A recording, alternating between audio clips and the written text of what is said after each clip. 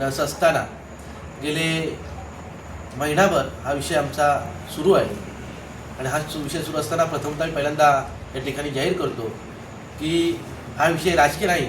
सुदैवाने आज मी एका राजकीय पक्षाचा पदाधिकारी आहे किंवा बाजूला बसले ते सगळेच वेगवेगळ्या पक्षाचे या ठिकाणी पदाधिकारी बसले आहेत.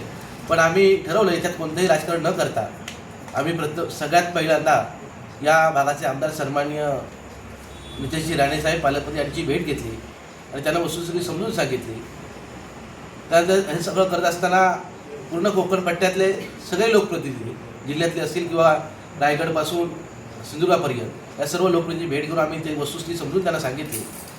आणि असं असताना काल जो काही राज्याचा बजेट जाहीर झाला, मला वाटतं इतिहासात पहिल्यांदा सामान्यातला सामान्य शेतकरी म्हणजे आंबा बागायतदार मी बघत होतो की जर इतिहासात पहिल्यांदा सामान्य शेतकरी कालचा बजेट आपल्या सिंधुदुर्ग जिल्ह्यात डोळे टक लावून पाहत होता. म्हणजे अक्षरशः खरोखरच काल प्रत्येक शेतकऱ्याला अपेक्षा होती की काहीतरी आंबा बागायतदारांना त्या ठिकाणी चांगली भरघोस मदत होईल.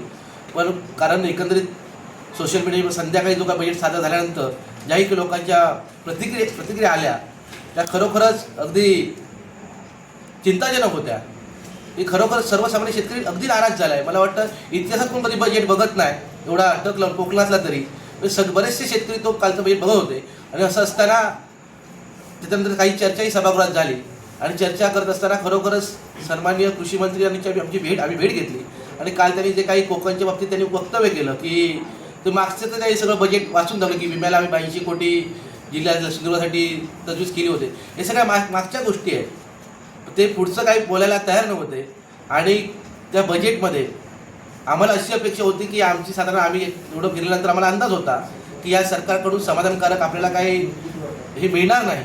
पण निदान म्हटलं नवीन टेक्नॉलॉजी किंवा आता असलेले संकट AI सारखं तंत्रज्ञान अवध करण्यासाठी कमीत कमी मला वाटतं कोकणला ते कमीत कमी 200-300 कोटी तरी देतील असं आमची काही चर्चा असायची कायमच. आणि ती तेवढी अपेक्षा होती. पण मला वाटतं एकंदरीत राज्याने महाराष्ट्राच्या नकाशावरसून कोकण पूर्णतः काढून टाकलेला आहे असा हा तो कालचा अर्थसंकल्प होता. म्हणजे आम्ही आंबा बागायतदार त्यांच्या गंतीतच नाही आहोत असं एकंदरीत त्या ठिकाणी दिसलं.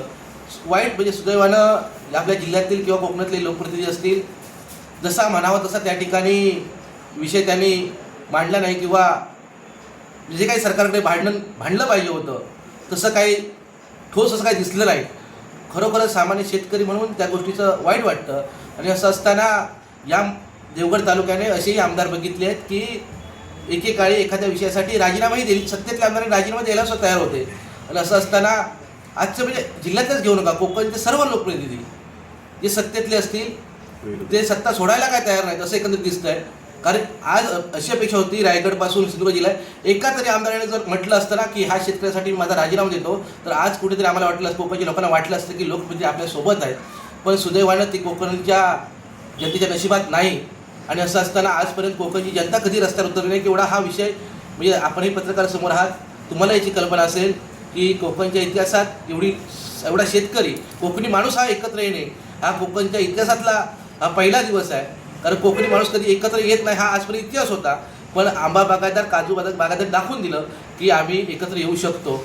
आणि खरोखरच मी सांगतो की आजची जी परिस्थिती आहे कमीत कमी पुढचं सीझन कसं येईल पुढचं काय सीझन कसं हे कोणालाच माहिती नाही. पण हीच जर वेळ पुढल्या वर्षी आली तर कमीत कमी मी सांगतो नवीन जे बागायतदार आहेत किंवा तरुण उद्योजक आहेत ते अक्षरशः आत्महत्या करण्याची दुसरी वेळच असणार नाही. अशा गोष्टी होऊ नयेत ही आम्ही त्या मानसिकतेचे आहोत. पण आजची जी परिस्थिती बघितल्यानंतर 100% जिल्ह्यात भविष्यात आत्महत्या बघायला मिळतील की काही भीती वाटते.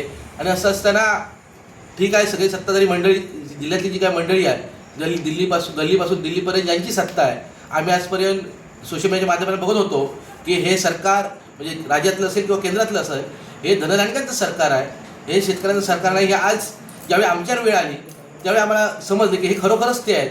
कारण आम्ही राजकीय आरोपपत्र ऐकत होतो किंवा बघत होतो हे धनधानकर सरकार वस्तुस्थिती आहे की हे धनधानकर सरकार आहे. म्हणून माझी विनंती सरकारला आहे की अजून वेळ गेली नाही. आपल्या 23पर्यंत अधिवेशन सुरू आहे. या अधिवेशनात तिला कोकणच्या भावना समजून तुम्ही कोकणला शेतकरीचा कोकणचा जगवायचा असेल तर तुम्ही जास्तीत जास्त भरपाई तुम्ही त्या ठिकाणी जाहीर करा जेणेकरून ही जी काही तुम्ही 2 लाखापर्यंत जी कर्जमाफीचं तर काय म्हणताय कोकण हा स्वाभिमानी स्वाभिमानी कोकण आहे. मला वाटतं महाराष्ट्राच्या तुलनेत 1 ते 2% थकीतदार असतील आणि त्यात 1-2% लोकांनाच या ठिकाणी लाभ मिळणार आहे त्या कर्जमाफीचा. बाकीचे आम्ही सगळे प्रामाणिक शेतकरी आहेत की जे रेग्युलर कर्ज भरत आहेत ते 50,000च्या आज लोकांना 50,000ची अपेक्षाच नाही आहे. तुम्ही जास्तीत जास्त कधी ठोस भरपाई द्या, की कर्जमाफीचा विषयच लोकांच्या डोक्यात नाही आहे एवढीच या ठिकाणी सांगतो. आणि असं असताना खरोखरच पुन्हा विनवणी करतो की सरकारने या गोष्टीवर बारकाईने विचार करून या इथले सगळे लोकप्रतिनिधी, आता सुदैवाने नवीन आता जिल्हा परिषदच्या इलेक्शनला त्याही जिल्हा परिषद असतील, सगळे पंचायत सदस्य असतील, यांनीही परवा होणाऱ्या 12 तारखेच्या मोर्चात सर्वांनी सहभागी व्हा. इथे राजकारणाचा विषय नाही, प्रत्येकाला तुम्ही पुढे या, सगळ्यांचं स्वागत आहे. कोकण म्हणून आपण एकत्र होऊया, कुठेतरी या सरकारला आपली ताकद दाखवली पाहिजे. जोपर्यंत आपण भांडत नाही किंवा रडत नाही तोपर्यंत समोरचा माणूस आपल्याला लक्ष देणार नाही, एवढं त्या निमित्तानं सांगतो आणि थांबतो. धन्यवाद. आणि खरोखरच याच्यात जर राजकारण असतं तर आम्ही परवा सगळ्या पक्षाची जिल्ह्यातले सर्व पक्षाचे जिल्हाध्यक्ष आहेत त्यांनाही संपर्क केला आणि काही दोघांना भेटायचं सुद्धा आहे. परवा एक दोघांना भेटायला गेलो, म्हणजे प्रत्येकाच्या संपर्कात आहोत आम्ही. आणि त्यांनाही आम्ही विनंती करतो की साहेब हा विषय काय राजकीय नाही. सो आम्ही जरी राजकीय पक्षाचे असलो पदाधिकारी तर हा सर्वसामान्य लोकांचा विषय आणि सर्वसामान्यात कुठेतरी आवाज शेवटी काही गोष्टीत कोणतरी पुढे लागतं. त्यामुळे या ठिकाणी आमचे काका ढोके असतील आणि सगळी टीम एक कुठेतरी आम्हाला विश्वासात घेऊन त्या ठिकाणी हे सगळं करत असतो. त्यामुळे इथे राजकारण कुठे नाही. आणि मगाशीच मी एक बाईट ऐकली की एका पत्रकारांनी पालकमंत्री साहेबांना म्हटलं की राजू शेट्टी साहेब आणि वैभव नाईक त्या सभेत उद्या होणाऱ्या भारतीय मोर्चाचं नेतृत्व करत आहेत. सुदैवानं वैभव नाईक साहेबांचा मी आभार मानतो की त्यांनी आपल्याला पाठिंबा डिक्लेअर केला, पण हे आंदोलन त्यांच्या नेतृत्वात नसणार आहे.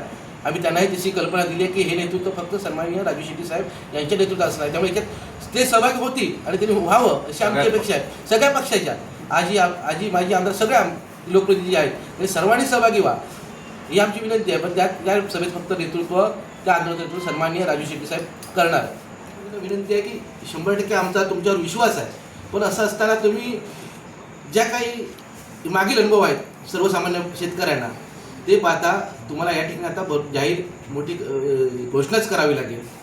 एवढंच या निमित्तानं मी सांगतो.